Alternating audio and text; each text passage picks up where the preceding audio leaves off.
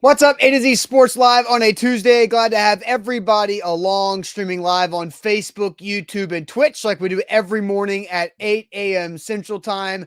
And we got a lot to talk about because Mike Vrabel was asked a crucial question, and he answered it about the Titans' offensive identity moving forward. And we'll get to that as well. There is some contract news and updates from the Titans as the Titans have restructured Robert Woods' contract this morning. So I'll go into further details on that. And ironically, we're talking about Bobby Trees in our second topic today on this Tuesday about Robert Woods. Is he satisfied with his role with the Titans? How good has he been? Does he need to be better? Obviously, we'll talk about that as well. But a big conversation to start the show about the identity of this Titans offense that potentially held them back against the Bengals on Sunday and where they need to go moving forward. And it is Tuesday, so Tuesday sports trivia to wrap up the show. Zach, welcome back. Hope your Tuesday's off to a great start.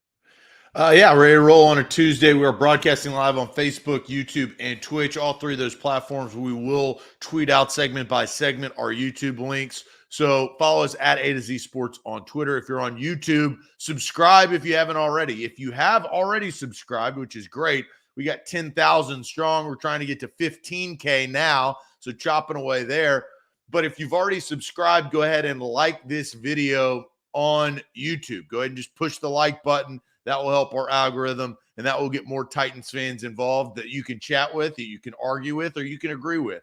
So go ahead and subscribe and like the video if you are watching on YouTube. If you're on Facebook, what's going on, Facebookers? Bottom left corner of your screen. Share now to public. Sharing is caring, and caring is sharing, as we say on this show. Go ahead and share the show around, and then hit that bell because that is a live notification icon that will basically, well, sometimes when Zuckerberg is awake, it will ping you when we go live, which is helpful because, you know, on game days, we go live at different points because you never know when the game is going to end.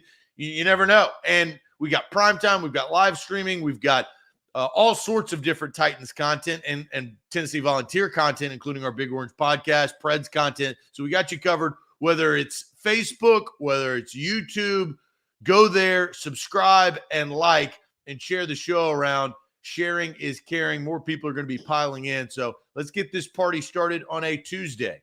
Yep, let's do it officially. Welcome into A to Z Sports, powered by the BetMGM app. I'm Austin Stanley. He is Zach Bingham. Make sure you follow us all over social media as we are Nashville's on-demand sports talk network, going live weekday mornings at 8 Central Time on Facebook, YouTube, Twitch.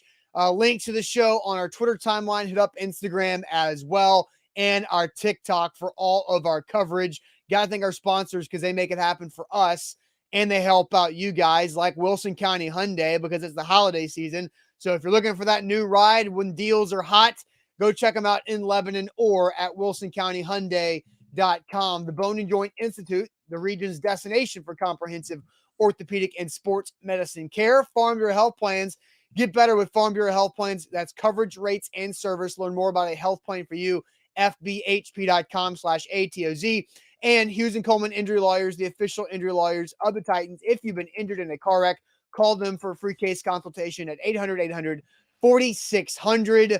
Zach, Robert Woods did have his contract restructured this morning by the Titans. This is from Field Yates of ESPN. Then we'll dive into the identity of this. But Robert Woods, the Titans restructure by converting some base salary into a signing bonus, which is what a restructure is. Restructuring is not taking a pay cut. It's just getting paid now instead of later. So that saves the Titans $2.6 million in cap space right now. And Yates adds the Titans were tight to the cap prior to this move. So John Robinson and the Titans have $2.6 million extra bucks of room to spend this year. I don't know if this is anything for. I mean, Nick's like, oh, what's it for? What's it for? Is somebody going to get a new offensive lineman? Is it for Odell?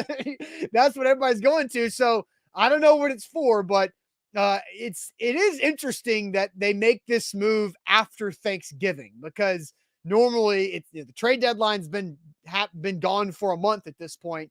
But it is interesting that they do feel the need to create a little bit extra room. Well, it tells me that John Robinson is, and this is what he does. He actively looks at his roster to see what kind of pieces he can move around. And I think it tells me two things. We know John Robinson likes to have cap room within the season. That is notorious. We've seen him long enough as a general manager in the NFL to know his tendencies. So John Robinson likes to clear up space before the season starts, and he makes a lot of moves within the roster during, and he's had to do that in the last couple of years due to injury. And they're constantly trying to get better, and some key pieces, Ben Jones has been out for the last couple of weeks, the offensive line issues at times, and they're trying to get better. And then I think that the other thing, and we'll talk about Robert Woods today, Robert Woods is the prototypical Titans player.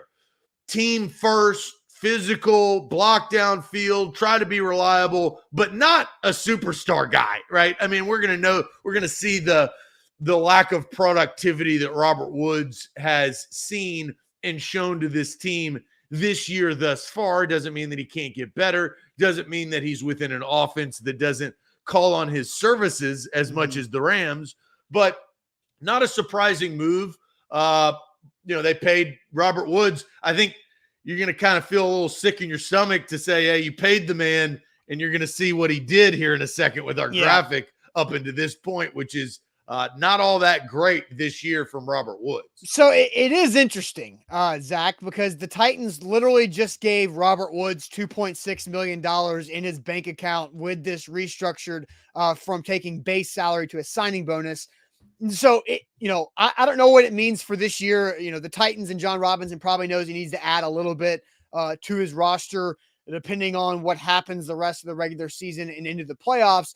But it does adjust the way Robert Woods is on the Titans books moving forward, because Spotrac, quick on the trigger, has already updated Robert Woods' contract after this restructure that just happened this morning.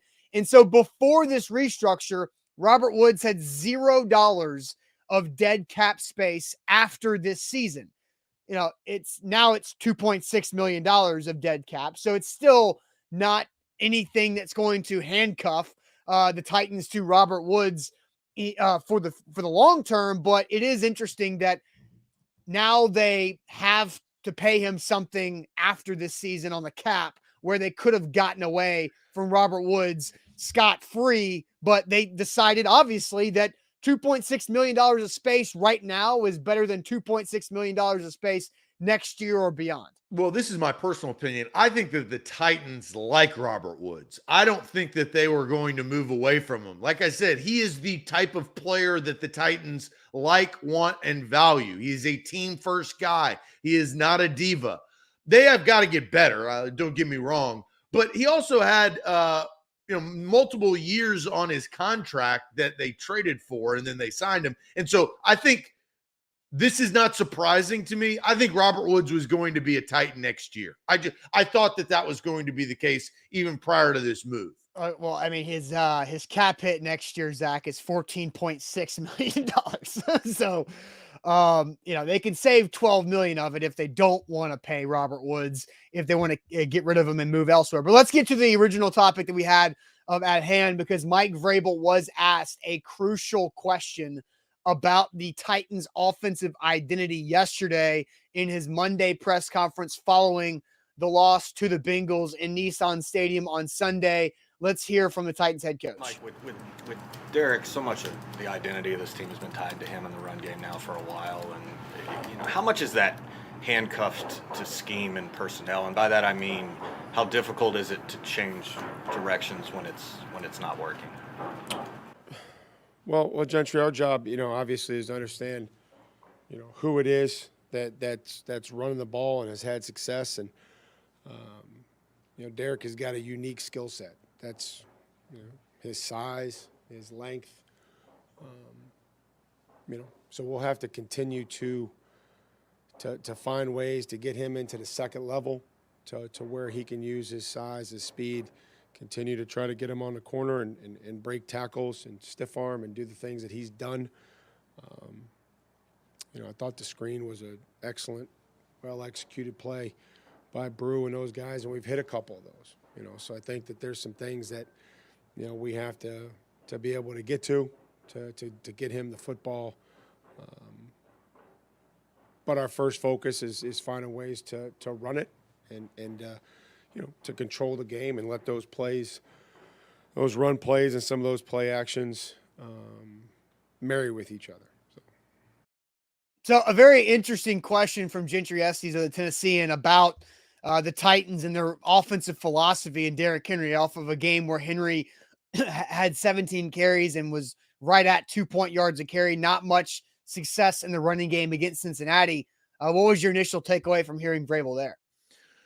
Well, I think Vrabel is not stupid. He is self-aware. I think that's what makes Vrabel a really good head coach. He's self-aware with what the refs are doing on the field or lack thereof. He's self-aware with what's going in the locker room. And I think he's self-aware of what his team is. Now, I don't know what in his heart of hearts of what he believes, but Mike Vrabel has always found a way to win. And that is something that I think is very, very hard to find in the NFL. You're seeing Josh McDaniels this year. Now, they found a way to win this past week, but they've been losing a lot. The Broncos Josh Jacobs going for 300 yards. been losing a lot, right? Yeah. Like you have teams all over the NFL that have been losing a lot. The Falcons have found a way to lose, even though they're still in their division. So, but Mike Vrabel has notoriously found a way to win those close games. I think the identity works, but how well does it work, right? To what degree does it work?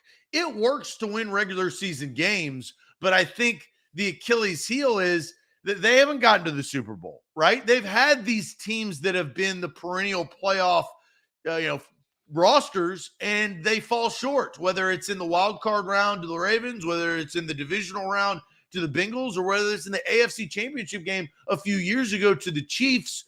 This style needs something more. You cannot, and I think, I'd like to play Vrabel again. Yeah. But I think he knows that it works. But like I said, to what degree does it work? They're 7-4 right now, Austin. They have a stranglehold, and they're on their way to a third straight division title, which is tough to do. It's not easy. Mm-hmm. But the overall big picture, and we're sitting here November 29th, or really that was 28th yesterday, that he was asked that question. It's hard to diagnose the overall landscape of a franchise, but it does work. I just would ask, to what degree does it work? Yeah, I want to read some comments here in a second from you guys reacting off of Mike Vrabel. Then we'll play Mike Vrabel again here in a second. But Zach, tell everybody about Farm Bureau Health Plans. Yeah, FBHP.com is where to go to get your new health plan. I got my new health plan at the beginning of this year, and I'm really glad that I did. I saved 20% every single month with Farm Bureau Health Plans compared to my old plan that was jacking up the rates, and honestly, it was a bad deal. And I didn't realize it was a bad deal until I got a quote from Farm Bureau Health Plans. I get health coverage, which is great. I get dental. I get vision. 200-plus locations across the state of Tennessee. If you're in the state of Tennessee, all you have to do is go to fbhp.com/A to Z. You sign up. You can do it online. You don't really necessarily have to talk to anybody initially, or you can give them a call and get on the phone like I did, because I like to talk to people. I got a lot of questions. Whatever it is, I got a lot of questions, and I had to ask those. They answered those questions, gave me a great quote, and I'm reaping the benefit of it now. Farm Bureau Health Plans of Tennessee, 200-plus locations across the state. Going to get to Mike Vrabel's comments again here in a second, but this show, A to Z Sports, always powered by the BetMGM app, and you can win big with BetMGM by downloading the app and signing up with our code ATOZ Sports. That gives you a risk-free bet on pro football up to $1,000. A great way to start your BetMGM career, which Zach and I are having a lot of fun with for a couple of years now with the BetMGM crew. So here's Mike Vrabel one more time, and then we'll read some more comments and get into a different, bigger discussion too. Mike, with Derrick, so much of the identity of this team has been tied to him in the run game now for a while. And how much is that handcuffed to scheme and personnel? And by that I mean, how difficult is it to change directions when it's not working? Well, Gentry, our job, obviously, is to understand, who it is that's running the ball and has had success. And Derrick has got a unique skill set. That's his size, his length. So we'll have to continue to find ways to get him into the second level, to where he can use his size, his speed, continue to try to get him on the corner and break tackles and stiff arm and do the things that he's done.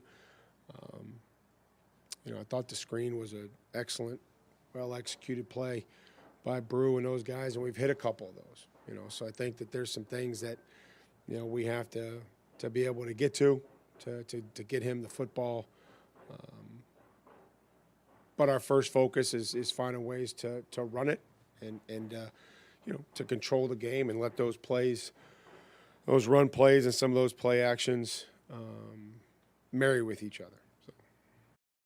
So there's Mike Vrabel again yesterday, and what Mike Vrabel said about Derrick Henry being unique is true. Like, his length is different. It allows him to get into different spaces. But I also know this for a fact, Zach, we have not seen Derrick Henry this year run away from everybody. He's been caught numerous times in numerous different ways, whether it was getting run down or the DB taking a good angle on that screen to force a fumble on the screen pass against Cincinnati, whether it's getting stumbled and tripped coming out of the second level and not being able to finish a breakaway run against Houston. We've seen Derrick Henry not be able to finish the runs like we've seen in the past. And so it does create an awkward situation, because you ask the question is like, to what level can Derrick Henry, and this identity win you? Christian says it wins the AFC South, and the Titans should be on their way of winning the AFC South for the third consecutive year. But, that's not good enough at this point. I think everybody understands that in 2022, just winning the AFC South is not good enough for this organization or the fan base. Well, look, we've seen it before. The Texans went through this and the Colts both went through this. They won multiple years and had nothing to show for it. Now, the Colts, they got blown out by the Patriots in the AFC Championship game. That was the only thing that they had to show for it. The Texans, after winning multiple years, they didn't even get to the AFC Championship game. So, that does, and look, I want to read some comments because Juan says it was a great question. I thought it was a great question, but I also agree with Jerry. I didn't feel like he answered the question. Well, I think he didn't. He told us, no, because Gentry asked the question, and I love that he asked the question because we talked about it on Monday. Because you got upset and this is the problem, the Titans got to the red zone, and then they did what everybody wanted and expected them to do because notoriously it works. Run Derrick Henry. They did that twice. It didn't work. Then threw the ball incomplete. They had to kick a field goal. That was also unique to that particular game of not having red zone success. So they did, and this is why I don't fault them, and I said this on Monday, they did everything previous that had been successful, went in the red zone, and it didn't work multiple times. Yes. It's just the facts. They kept again, that's the problem here is because Derrick Henry is a special player. Right. But the Titans' red zone plan against the Bengals was the same as their red zone plan against the Packers, right? Like, the Packers' run defense sucks. The Eagles just ran for 362 yards on the Green Bay Packers on Sunday night.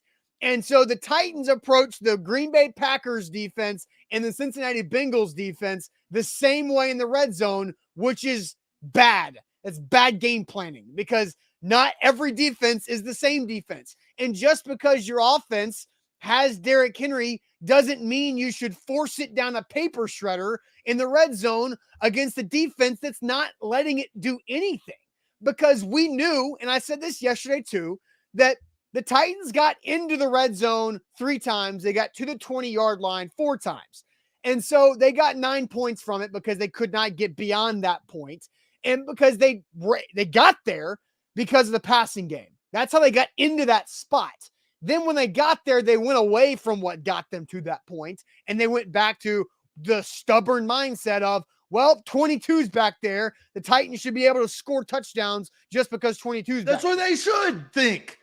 No, Austin, it's not. they did the same thing in Kansas City, and it That's worked. stubborn. That's stubborn. No, but that's what their Zach, identity is, Austin. They don't have the players on the outside to change their philosophy of their identity, Austin. They don't. Robert Woods, Traylon Burks, Austin Hooper, and Chig, and all of those guys are not trustworthy enough.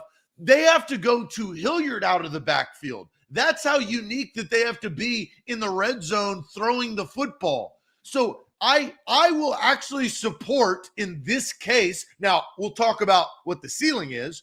This is their identity. We would get upset at them, Austin, and I know your ass would get upset at them if they threw the ball 3 times and didn't give it to Derrick Henry. I'm not calling for throwing the ball 3 times. But you can't get upset when it doesn't work. Like, I feel like that is hypocritical. Oh, come on. I am not that is Zach, hypocritical. come on. Dude, don't just take one situation here and act like I'm a hypocrite when I come to this Well, site. you're sitting here telling they do what when you want them to run, they need to run. When you want them to pass, that's Zach, not how it always works. Zach, I judge the Titans offense situationally. That's what I do. That is how I stay consistent. I judge this offense on situations because what does Mike Vrabel say all the time? Football is a situational sport. And the Titans, in situations, their identity is no longer Derrick Henry to me. The Titans' identity is stubborn. That is their offensive identity. They don't have the player. They don't have the luxury of the players, Austin. Don't have the luxury of the players. Do not call me hypocritical again on this. Yeah, I can do whatever the hell I want. Don't. And when I hear you say things like that, they don't have the luxury of the talent, so they have to resort to Derrick Henry because Derrick Henry has consistently worked over the last several years. The last several years is not this year. That's called stubbornness. But it worked previous this year. You've seen it numerous times of Derrick Henry in the red zone score touchdowns. It didn't happen one game. And thank you, Craig. Austin wasn't complaining a few weeks ago when they had the highest red zone percentage because it was working. And then they ran into a He's defense. telling you, it's not a thank you, Craig. He's criticizing you. No, but that's telling you that I'm not gonna just. No, that's wrong. You want to read the comment again? You read the wrong comment because it's telling you. Now all of a sudden you're complaining. That's what Craig's saying. I'm complaining because they view the Bengals defense in the red zone the same way they approach the Packers defense in the red zone. They view their offense the same. That's where you're confused. They view their offense the same. They don't think about the other opponent's defense differently. Why? Because they don't have the luxury to make up great routes for their great wide receivers and tight ends because they don't have them. What? I mean, come what do you on. Mean? Create, they have the ability to create mismatches. You're acting like they don't have good weapons. Look, they have weapons. They have the worst weapons in the league, you could argue. Yeah, sure, but I'm not. But Zach, I'm not here to argue the Titans' lack of or having offensive weapons. It's the inability for this offensive coaching staff to figure it out. You have who you have. They don't have a great offensive coaching staff. I feel like I'm the big cat gif at the Bears game. Figure it out. Do something. Be better than what you are as a coaching staff. Look, that is where I'm here. Yeah, Todd Downing is not good. We've established that on this show. The chat has established it. You have established it. I've established it. That he's not good. So okay. No, I know. It's not an excuse. This is going to the topic that we're talking about. It's the makeup of the offense. You have to do what they know works because you know what they don't. Do you know in your heart that Robert Woods works or Austin Hooper works or Chig works or no, you don't because they haven't caught touchdowns in the red zone. They don't catch touchdowns. Hooper had 2 Thursday night against Green Bay. Yeah, off of one play, and you sit there and Hooper is unlocked. What did he do this past game? We had 30 catches in the first half, or 30 yards in the first half. What did he do in the second half when they nothing. needed him the I don't most? know. They zilch, nothing, nada, zero. Right? So all of a sudden his lock got locked at halftime. So that's my problem with the unlock term. For who? Is Like, why? because they don't, because they ran the football and they didn't have any offensive production from their lack of weapons. Austin, I said it and you agreed. They have probably the worst. Now, the Texans' weapons are bad, but the worst offensive weapons besides Derrick Henry in the National Football League. So when you ask them to use the lack of weapons, it doesn't make logical sense. They have to resort back to their running identity. They did. It didn't work. It just happened. I don't understand how Austin Hooper is good enough to have 4 catches for 30 yards in the first half, and then he doesn't. Like, that's not an Austin Hooper because he's problem. not good. That's not an Austin Hooper problem. That's a game planning problem and a play calling problem. And let's also be real. The Titans only got the ball once in the fourth quarter. And again, play calling is an issue in the second half because their defensive secondary couldn't stop big plays on the outside. I'm going to read Sam's lunch money comments real quick. Noah brings up the biggest issue is the offensive line, and Noah actually brings up something that I do think has been we've been distracted. We've been distracted by other things within the offense, and the offensive line is an issue, but I don't think that we talk about that as much as some of the other topics. Now, again, offensive line conversations aren't as sexy. I get that in the thing. But Noah says the biggest problem is the offensive line. Daly is bad. Aaron Brewer's too small. Raiden needs to be left guard because, well, I don't even think he needs to be that because he is better, but he's just bigger. I hate to say that. Size matters. Got to finish the offensive line right there. And so there's a comment from Noah. You can react to that. I feel like I've talked about Aaron Brewer being 280 pounds ever since the Titans were going to roll him out there as left guard and stick with that. Like, they have nobody else. What? Who? That's why they just paid Robert Woods. Yeah, the signing bonus to create space. Dennis Daly's terrible, and you went into the season expecting and hoping Lawan was going to be here. And Noah doubles down on that and says Aaron Brewer is the #1 contributor to Derrick Henry being hit in the backfield. Yeah, and the $2 steak comment about Aaron Brewer from Mike Vrabel in training camp is turning out to be true. There's a reason why $2 steaks are not in the best restaurants, right? Because they're just not good. You might be tough as hell, but that only gets you so far, and it's not good enough right now because Aaron Brewer keeps getting blown up. Yes, but they were vaulted into that situation because of Ben Jones, right? Like because they don't trust Dylan Raiden. Dylan Raiden isn't very good, right? So pick your poison. How do you want to die? I mean, the offensive line is terrible, and that's so. How much was that? And I'm just going to bring this up outside of our conversation because we do have to get to a question for the chat. How much of Aaron Brewer and Dylan Raiden's was the issue of the lack of running red zone success this past week? Or just rushing success in general, not even the red zone, just in general. I think from what I could tell that the Bengals were doing, I think Ben Jones being there for the experience of how to deal with the fronts that the Bengals were using, I think were a big factor. I don't know truly what the athletic difference is in Ben Jones at his ability right now and his age versus Aaron Brewer. I think it's the intangibles that Ben Jones represents on the offensive line to understand fronts and how the Bengals are doing things. So I think it was a significant part of it. But again, situational play calling is still the biggest head scratcher for this offense. And whether it's Derrick Henry or not, or the weird 2nd down and 10 screen play to Dontrell Hilliard that lost 5 yards, there's too many things that just don't make sense. I think that goes to the identity of the football team combined with the roster, combined with Todd Downing. And look, I don't think anybody's ever said Todd Downing is a good offensive coordinator. I expect him to be fired at the end of the year. I do. Unless they have this wild run where they go to the Super Bowl, which the odds, save your money, people. Don't bet on BetMGM on that. I think Todd Downing, this is his last year. I think the DUI combined with the bad play calling. I actually had a conversation about this last night. I think this is the philosophy of Todd Downing. Mike Vrabel tried to do the same thing with Todd Downing as he did with Shane Bowen, and it didn't work. It just didn't work. And Shane Bowen got a second opportunity, and it worked. But there were differences in their first opportunities. In their first opportunities, Shane Bowen didn't truly get the opportunity. Bowen. See, and this is my opinion.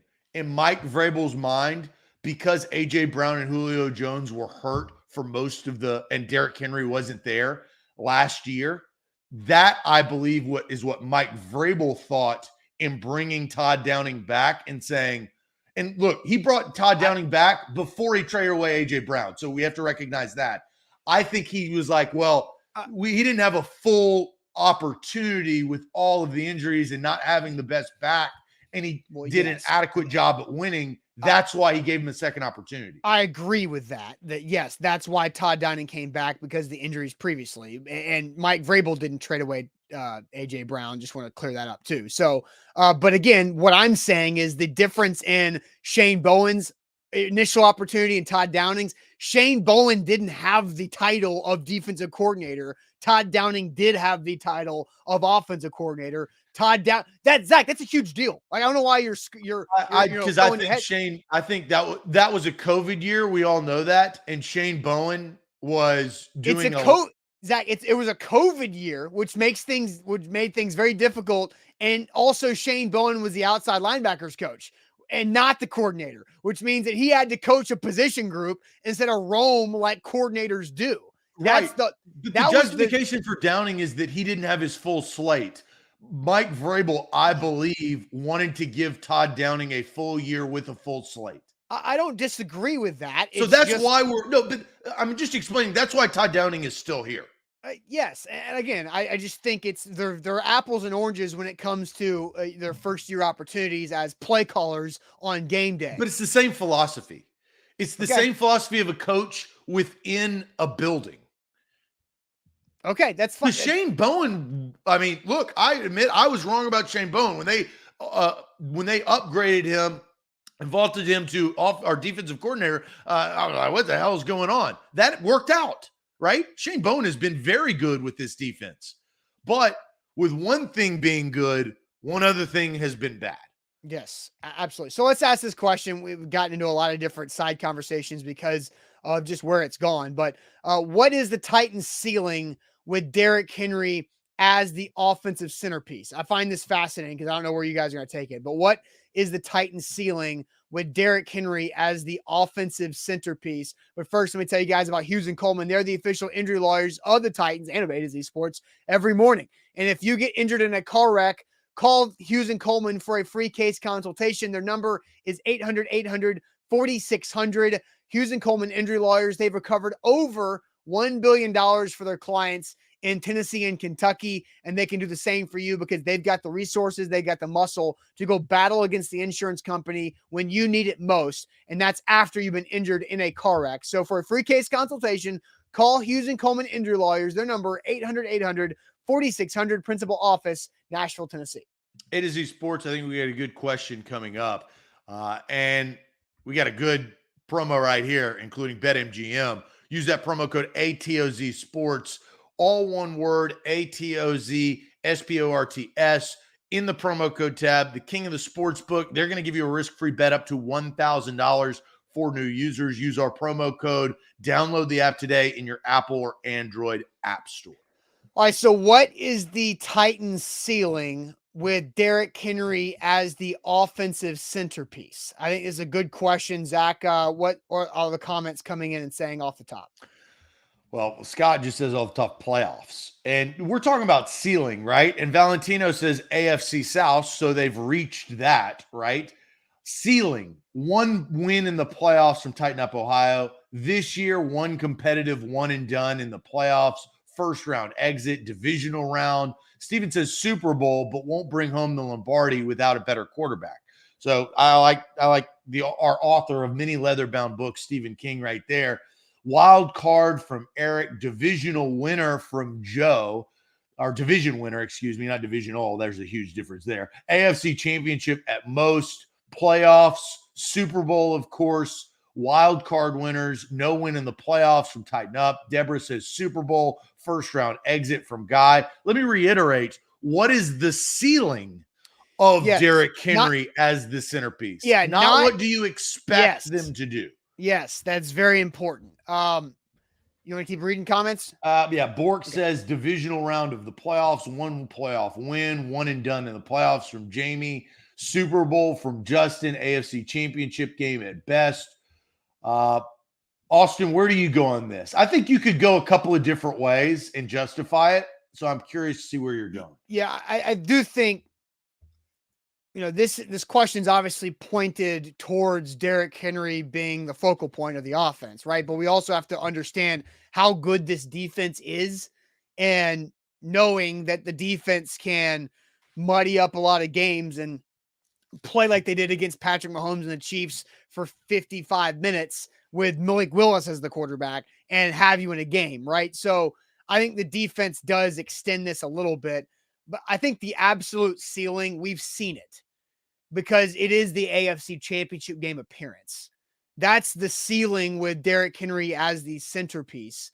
And because the reason why I say that now is because you have to remember what the Titans passing game was when they went to the AFC Championship game in the 2020 playoffs after the 19th season. It wasn't the A.J. Brown of the last couple of years. A.J. Brown was non-existent in those playoffs. I think he only had one catch for like 4 yards against the Patriots in the wild card round. Did a little bit more against the Ravens, but not much, and not really much at all in that Chiefs game. So it wasn't and that is correct. He still was a distraction for the defense. But he didn't know. I don't even think that much because he didn't have the reputation. Like afterwards, he was a 1,000-yard receiver. The Titans don't have anywhere close to that. I'm not saying that they do. I'm just saying A.J. Brown as a rookie in those playoffs was shut down by corners that are very good. It was a bigger distraction than they have this year. But I don't think A.J. Brown had that rep of just, oh my God, there's 11 over there. We got to make sure we have 2 guys on him. He didn't, in that playoffs, he didn't have that rep. He didn't. Well, they don't have anybody now. That's the point. That's not what I'm arguing. I'm just saying that we have to remember when they got to the AFC Championship game, they got there on the back. But that's what I'm comparing. You're talking about then and we're talking about now. The ceiling is now, right? It's what can they do with this as the identity moving forward? They don't have a distraction. At least he was a bigger distraction than what they have now. That's a little bit. Yes, but he wasn't a little bit. He's a 1,000-yard receiver. Okay, so and Anthony says Brown got that rep now. Austin, thanks, Anthony. That's not what he's arguing. That's what I say. I'm talking about the reason why I'm bringing this up is because I'm saying we have to remember the moment, and we can't just act like A.J. Brown is the A.J. Brown of today when they were playing in Kansas City in January of 2020. He was still better than what they have on the roster currently. I'm not saying that it wasn't. I'm just saying that that was pre-real explosion of A.J. Brown's reputation. That A.J. Brown, it was pre him really breaking out. That is my whole point. And so that's where I still think the ultimate ceiling is the AFC Championship game, because the defense is better than it was a couple of years ago. The defense can also help get you there with the stylistic play of Derrick Henry being the focal piece. Do I expect him to get there? Absolutely not. But if we're talking ceiling, then yeah, it's AFC Championship game appearance and then losing that game. Especially if the Bills are a wild card team. And you don't have to play Josh Allen in the divisional round if things go a certain way.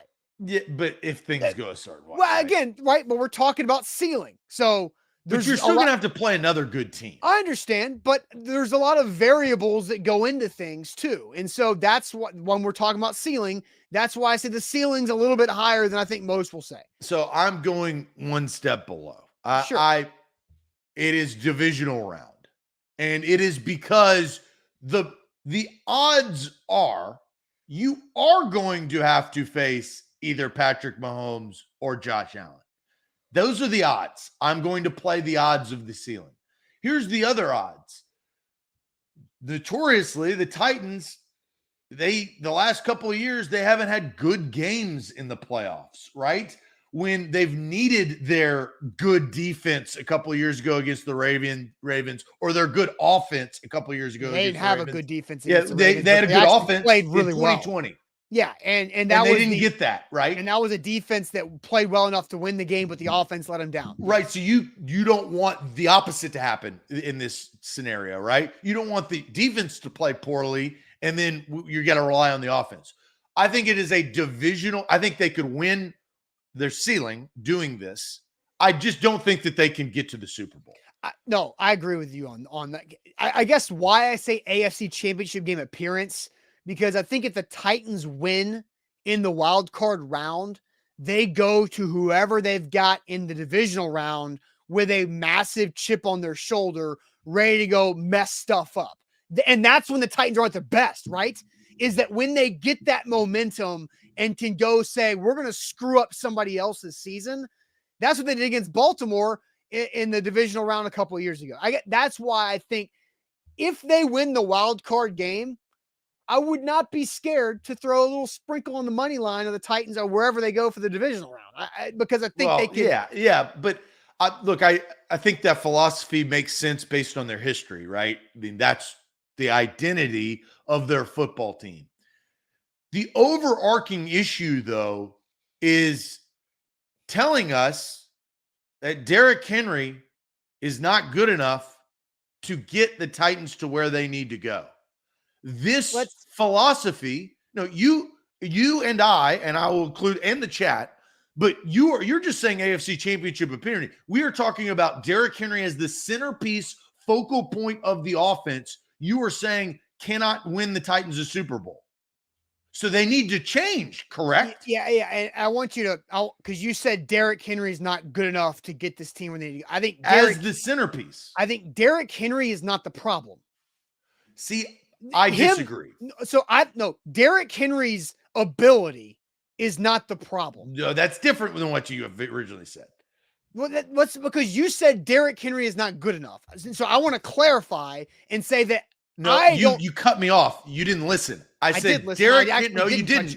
I didn't cut you off. No, because I said Derrick Henry is not good enough as the centerpiece and focal point of the offense.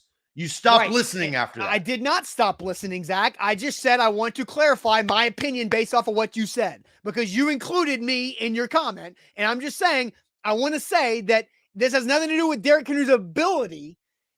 Yes, it is about the philosophy around Derrick Henry, not about Derrick Henry, the player.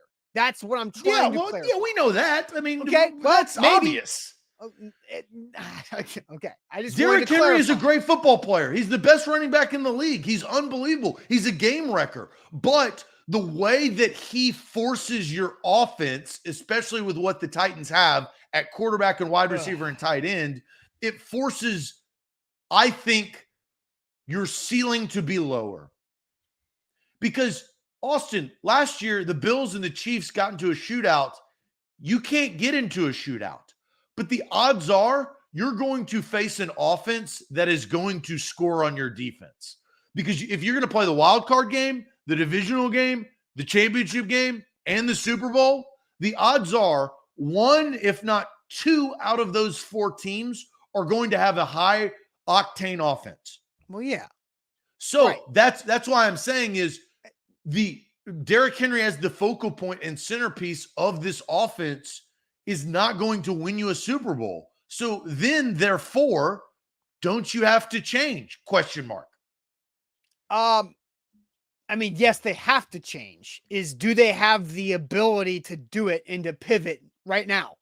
And that may be a different question. No, they've got to go to war with what they have. I kind of disagree. I think they have more ability to pivot than they think they do. You got Todd Downing calling the plays. They can't. I know. And that's why I want to, let's pocket this moment and save it for, I don't know, tomorrow, Thursday, Friday. Because of time, I would like to have a longer extended conversation about this. Because the answer to your question is, do they need to change to get to the ultimate goal? Yes. The answer is yes. Derrick Henry as the centerpiece is only going to get them so far. I think they have the ability to pivot more than they will attempt to do. Yeah, because they don't trust Todd Downing or their lack of weapons. They shouldn't. I'm of the philosophy, so I'm opposite of you, and we can have a bigger conversation. But you need to just pound Derrick Henry in the ground. You need to run him as hard as you, and they do that. So I'm not saying anything that they're not listening to. That is your only hope in this situation. They don't have the talent at offensive coordinator or on the field outside of Derrick Henry to do anything else. That's why I didn't kill him for running the football in the red zone against the Bengals. That's just what you should do. All right, so let's get to a abbreviated Robert Woods conversation. We did talk about Robert Woods' contract restructure off the top of the show. For those who have missed that, I'll touch on that and what it might mean for the long term with Robert Woods. But also, what's one word to describe Robert Woods' season with the Titans thus far? But Zach, tell everybody about Wilson County Hyundai. Yeah, Wilson County Hyundai is where you need to go to get your next ride. Your perfect make and model is right around the corner, and it's at wilsoncountyhyundai.com. Payne Bone and his team, family owned and operated. That's family owned and operated. That means you're going to get a great deal. It's going to be trustworthy when you go to purchase. Hyundais are unbelievable cars. They've got the fuel efficiency out the wazoo. If you're on the Ioniq, that thing's battery powered. You can go test drive any of these vehicles at Wilson County Hyundai. Quick trip down I-40 exit 236 or visit their inventory online at wilsoncountyhyundai.com. Don't forget the BetMGM app. Download it. Use our code ATOZ Sports, and you get a risk-free bet on pro football up to $1,000. It's a great way to jumpstart your sports betting career with BetMGM, and I love the BetMGM app a ton. I've had a great football season, whether it's college or pro football so far. It's going to get tougher and tougher down the stretch once we flip over to December. But download the BetMGM app, use our code ATOZ Sports, and you get that risk-free bet on pro football up to $1,000. Visit BetMGM.com for terms and conditions. 21 or older. It's the only new customer offer. All promotions are subject to qualification, eligibility requirements. Rewards issued with knowledge of for bets or credit. For bets expire in 7 days. For problem game support, call Tennessee Redline 800-889-9789. So we're asking this question about Robert Woods. What's one word to describe Robert Woods' season with the Titans thus far? Here's Robert Woods yesterday on a Monday press conference. About what you figured as far as your role here, Robert, this year, is this the kind of season you expected? I mean, you had a little bit of a hand in trying to come here as well. Is this about what you signed up for? Yeah, I would say we're winning and contending for playoffs. Kind of short there. John Glennon's question was about 3 times as long as Robert Wood's answer. It is interesting, right? You know, because John, you know what I heard there? What? I'm just here so I don't get fined. Yeah, like, right. In that tone, that same tone. I'm just here so I don't get fined. We are winning. Well, especially because I like when Glennon put, you had a hand in where you wanted to be traded to. And Robert Woods is probably like, damn it, you're right. What am I doing here? Buyer's remorse? Yeah, trader's remorse, whatever that might look like. So what's one word to describe Robert Woods and his production thus far for the Titans? So I'm going to go and read some comments because I think there's some solid comments, some that are pro Woods and some that are anti Woods. Getting to the top here, underutilized from Carlos, disappointing from Paulie, disappointment from Zach Goodman, Downing for DeMario. Jerome just says poo. Kevin says atrocious. Underutilized from James. Unused is Lane's. Pistol says assignment. There's a lot of underutilized that I've seen come through, and a lot of people blaming Todd Downing and not necessarily Robert Woods. Serviceable from Tighten Up Ohio. Underwhelming from Caleb. Bridge from Eric Alonzo. More underutilized coming in as well across the board. And then Valentino says leader. I do think Robert Woods is a leader. And it's funny, Zach, because I created a graphic that I'll show you in a second. And you brought Robert Woods on the graphic today. There is that if you go through and scroll through the Robert Woods photos in our database, you see a lot of Robert Woods patting his teammates celebrating on the helmet, with right? his teammates. But it's whether it's Traylon Burks patting him on the head or Malik Willis, kind of giving us. There's a lot of that, and so Robert Woods is valuable to this to this team because of what he brings in moments like that and then throughout the week. But the production on game days has been a little less than what we probably expected. Well, I think Robert Woods does exactly what the Titans want him to do. He doesn't complain. He understands his role. I do think he believes he's underutilized. He is a leader, though. He blocks downfield.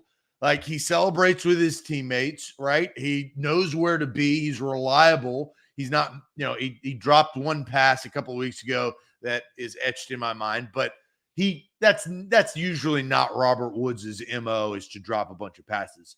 But Scott gets the love of the show because after all of these comments that you read, Austin, I was waiting. I thought you may have read Scott. Scott's is my word. This was my word before we asked the question. It's my word now. And Scott has it. It is pedestrian.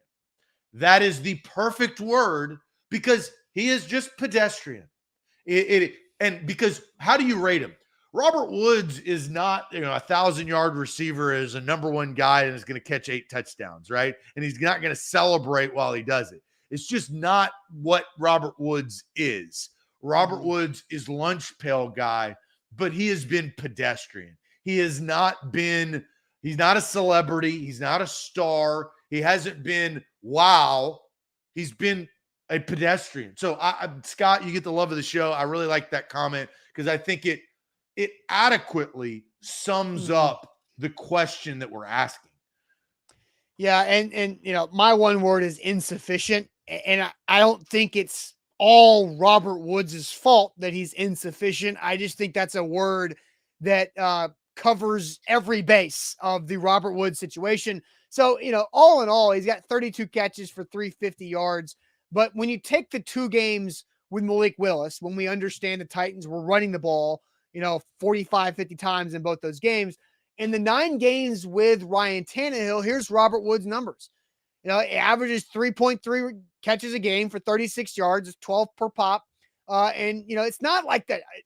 It's not a terrible season. It's just not, it's pretty pedestrian. Like Zach, like you and Scott are saying, so if that's around 55, 60 catches for that 600-yard range, for what Robert Woods was supposed to be in this offense, I think we would have been underwhelmed by those numbers when he was touchdowns. Well, the touchdown thing it matters. No, I know it should, but it's that like Dontrell Hilliard has the most receiving touchdowns with 4.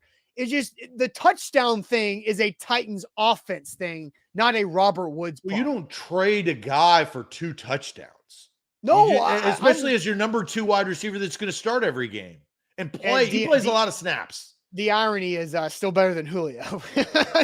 And it's true. In 9 games, and Julio played, I think, 11 last year for the Titans. So, yeah, Robert Woods has been better than Julio objectively. And so it's just again, it goes down to what I feel about Derrick Henry. Derrick Henry's ability as a running back is not the problem.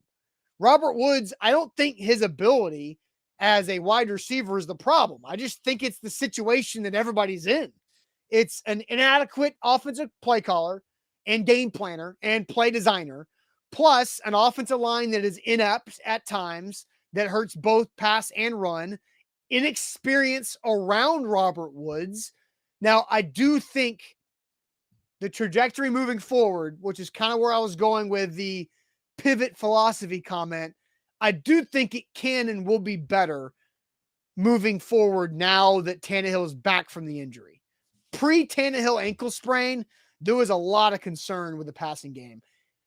The last 10 quarters have been a positive sign. Well, because players have improved. Austin Hooper has improved from when he was to the start of the year. Chig has improved from where he was at the start of the year. They need to get that guy more targets. We all know that. Traylon Burks obviously has improved since. And I think that Robert Woods has more to give, right? But we know this. The offense doesn't necessarily pull everything out. And it never will. And if you don't have, again, A.J. Brown's going to be a topic later this week. You don't have the A.J. Brown game breaker because I think here's the difference. I'm not even going to go into that. I'm not going to go into that. We'll talk about that later this week. But I do think for Robert Woods, he's not happy. I mean, listen to him. I mean, listen to this man's tone and tell me if he's happy with his role. About what you figured as far as your role here, Robert, this year, is this the kind of season you expected? I mean, you had a little bit of a hand in trying to come here as well. Is this about what you signed up for? Yeah, I would say we're winning and contending for playoffs. He's not happy. And now he's not a complainer. He's not a complainer, but he's not happy. I'm not talking about he's not happy with the Titans or his place or his contract. He just got paid $2 million. He's not happy because he answered the question. The question was not like, hey, do you like scoring all? It was, your role, right? Like, I mean, he doesn't like what his production is. Especially because they lost on Sunday and only scored 16 points. I think that has to do with the tone. If you ask Robert Woods this question after the Green Bay game, he said they're winning. He didn't say they're losing. I know, but he also is, but that doesn't mean his mood is just, it just moves on. His mood is his offense scored 16 points and got 9 points out of 4 red zone trips and lost. And so, yes, they're winning and they're contending for the playoffs. Those are factual, like team first answers and things to say. But the tone is what I'm addressing here. The tone is, his offense got shut down. Of course, he's going to be a negative tone. Well, and he's not happy. The tone is he's been shut down all year. Because is this what you expected? I mean, hell no, this is not what I expected. You think that through 11 games, Robert Woods, and really 11 because this is what it is, but the Malik Willis thing, but you think he expected to have 325 yards receiving, averaging 3.3 yards and 36 yards per game with 1 touchdown? That's a hell no. That's not just we're winning games. I think he answered the question correctly. Oh yeah, and it tells us that he's not happy with this. Xavier says no, Austin, he was pissed after the Green Bay game too. Xavier, you don't know that. And Robert Woods had 6 catches on 7 targets for 69 yards and a long of 32 against the Packers. He wasn't pissed about that. Like if you look, like, does he want more? Yes. Every wide receiver wants the ball more. Like, that's just what it is. That's the fact. Every receiver known to man wants the ball to be thrown their way more. Whether they're getting 52 targets in 11 games or 69, 100, they want the ball more. That's how receivers are wired. Well, and Jody brings up the huge X factor in this. When he requested the trade to go to Tennessee, he thought A.J. Brown was going to be beside him. Yep. And it's a lot different with a multi-1,000-yard receiver that is a superstar that just had over 140 yards receiving in a playoff game than a rookie Treylon Burks. That is the difference. And I'm not saying that the Titans kind of pulled the rug out from under him. Situations happen, but this was not his expectations when he requested the trade to go to Tennessee, right? So, yeah. That I think is, and Jody, I'm glad you brought that up because that is the perception. So when John Glennon said, is this, on your request? Because he did request, nah, man. That's not what I requested. I requested to come here with an elite superstar like Cooper Kupp, right? That type of, Cooper Kupp is in his own, but that type of guy, not mentoring a rookie that is navigating his way through his first NFL season. Mm-hmm.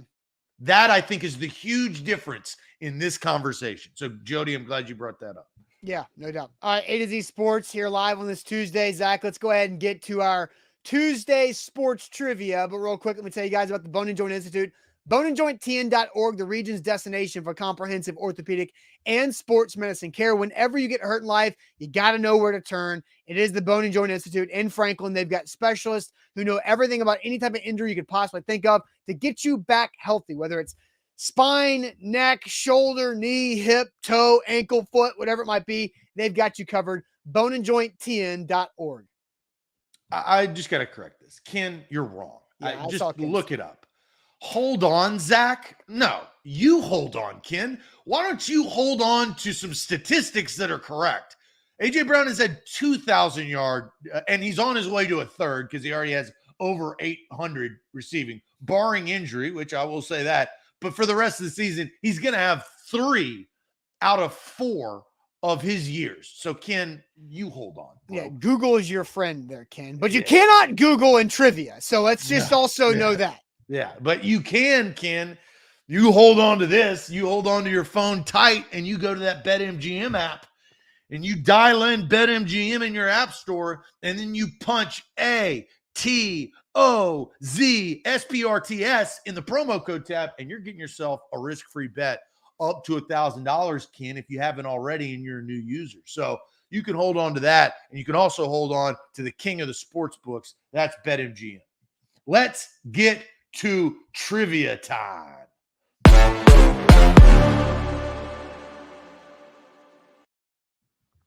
All right, Tuesday sports trivia. There is one rule, and Ken, you cannot Google. Nobody can Google here on.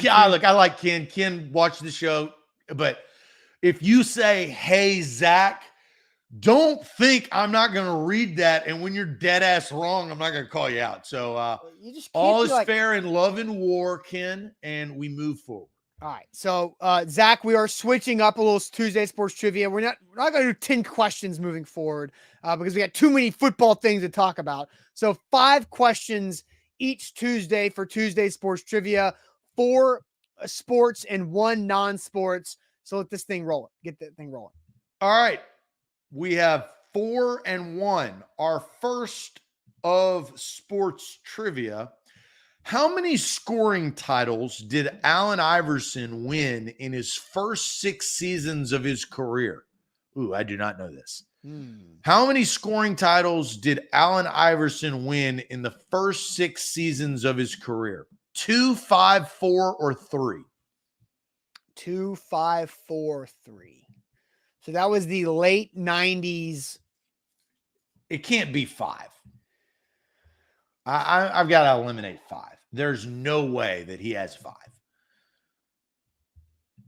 Right, because that we're getting a lot of 3s and 2s.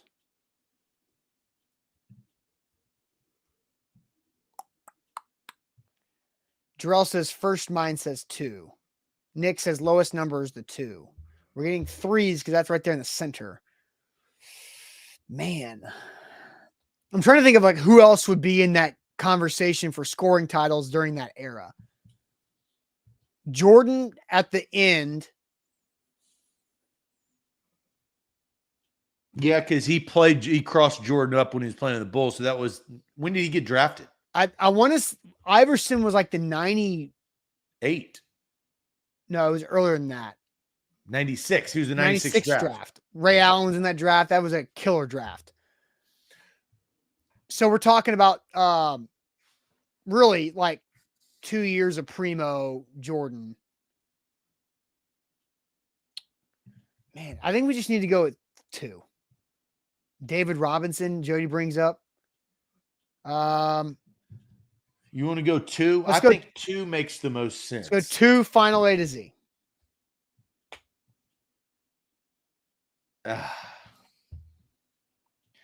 Allen Iverson is the shortest player in the history of the NBA to win a scoring title. He won 3 scoring titles in his first 6 years. Tough. 0-1. Gosh, dang it.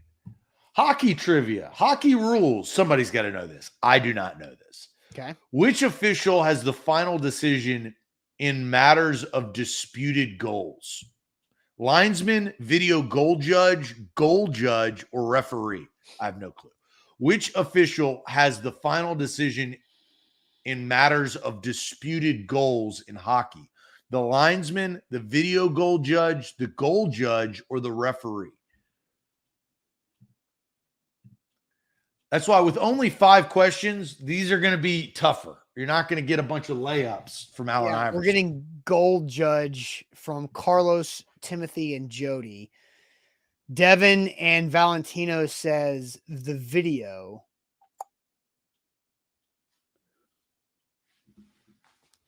Wait, so say it one more time.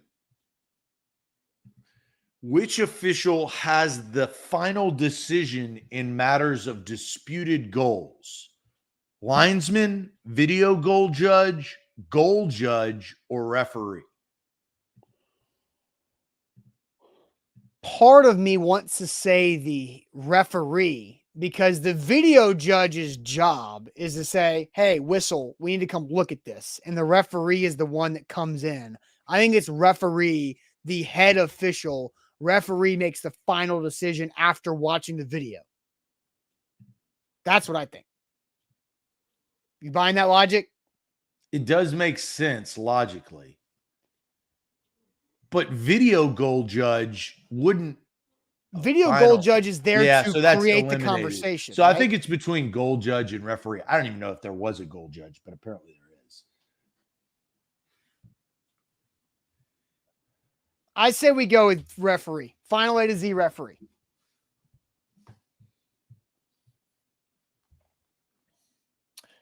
The final call is the referee's call.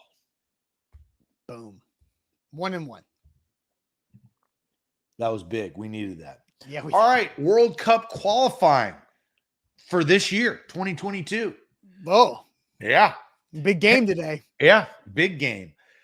I've watched all of them. I thoroughly enjoy it. We got to win. Iran. We learned that this week too. It's Yes. Iran, not Iran. Harry Kane, who, well, you know Harry. Yep. Watched him on Friday. Was the top scorer in the UEFA qualifiers. 12 goals Harry scored. Okay. Who was the other player that was the joint top scorer? Cristiano Ronaldo of Portugal, Gareth Bale from Wales, which we saw, Robert Lewandowski from Poland, or Memphis Depay from the Netherlands? I would say I know the Netherlands are really good. The Dutch. Holland. NED. Is that the Yes. universal symbol? I just want to make sure of that. NED. Yeah.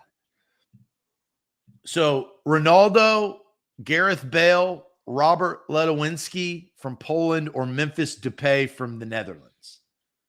We're getting Depay, Lewandowski. Danny says he thinks he's the Wales guy. It's not Ronaldo. No, I don't think it's Ronaldo. Gareth Bale. So when they said, because Gareth Bale scored in the penalty kick versus the United States, I don't remember that stat being said.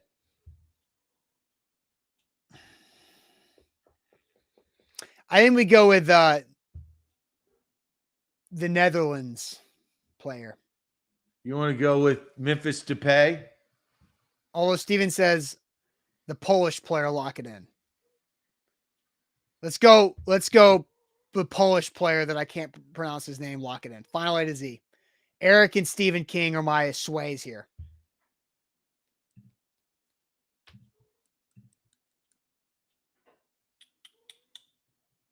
Shouldn't have been swayed.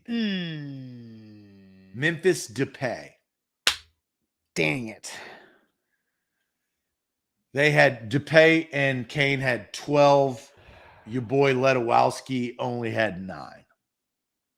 Bale and Ronaldo had 6. All right. Killer. 2 and Absolutely. 1 and 2. This is our last sports question before our one non-sports today. Yes. My gut was correct. Well, Eric and Steven were not. Which one of these coaches coached Jason Kidd first? Don Nelson, Danny Ainge, Greg Popovich, Doc Rivers. So Jason Kidd was drafted by the Phoenix Suns, or at least played for the Phoenix, so he may have been traded. That was Danny Ainge. I think this is Danny Ainge.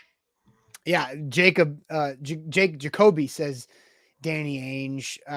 My thought was Don Nelson. Then you got Johnny, Timothy, Jerome, and Patrick saying Don Nelson. Orlando says Doc Rivers.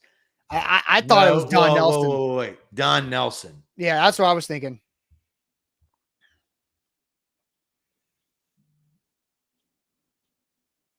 Because he was actually drafted by Dallas. I thought he played with Dallas first, then he went to Phoenix, then he came back to Dallas. He did. I It's thought Don Nelson. Don Nelson was what I was thinking. Don Old says it was Ainge. It's Don Nelson. I've thought this through. I'm locking it in. All right. It's Don Nelson. Don Nelson, final A to Z.